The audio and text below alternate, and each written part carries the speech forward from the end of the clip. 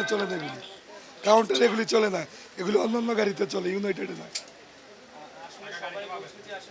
ও বাহিরে জিজ্ঞেস করেন, যাত্রীদের জিজ্ঞেস করেন, পেয়ে যাবেন।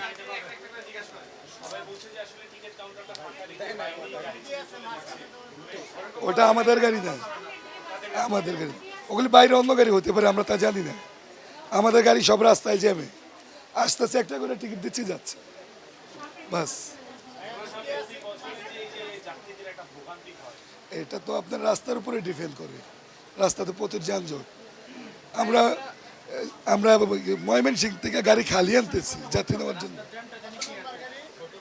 যাত্রী সেবা দেওয়ার জন্য। টিকিট কাটলে 400 টাকা ভাড়া নেয়, কিন্তু এখন ওনাদের কাছে যাওয়া মাত্র 600 টাকা চাচ্ছে। আমার মুখটা 600 টাকা হইছে। কারণ কি এখন না, যে 3 দিন ছুটি যাওয়ার জন্য মানে গাড়ি নাই, এই কারণে ওনারা ভাড়াটা নিতেছে বেশি।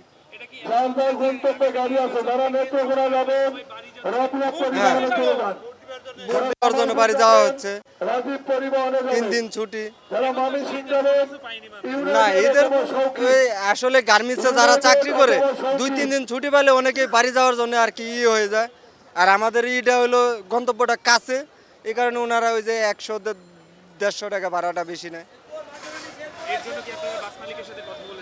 না না না, বাস মালিকের সাথে 2-1 টাকার জন্য কি বাস মালিকের সঙ্গে কথা বলেও লাভ নাই, গুরুত্ব নাই এটা নিয়ে। যদি ওনারা এই বিষয়টা না দেখে তাহলে আমাদের কিছু করার নাই। বাগবিটন মানে আমি 1 ঘন্টা যাবত এখানে আসছি, কাউন্টারে গেছিলাম, টিকিটটা নাই কাউন্টারে, তো এখান থেকে আসলাম। হ্যাঁ না না, কাউন্টার তো গেছিলাম, কাউন্টারটা বন্ধটা কেমনে হবে?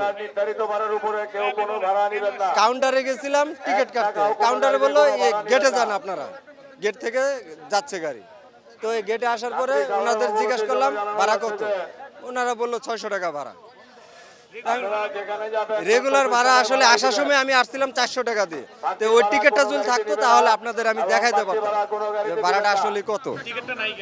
টিকিটটা আসলে আনা হয় না, বা আসার সময় তো ওই টিকিটগুলো কোন জায়গায় রাখছে বা খেয়াল নাই। আচ্ছা, কাউন্টারে যদি গাড়ি না থাকে তাহলে গাড়িটা তো এইমাত্র আপনাদের সামনেই গেল,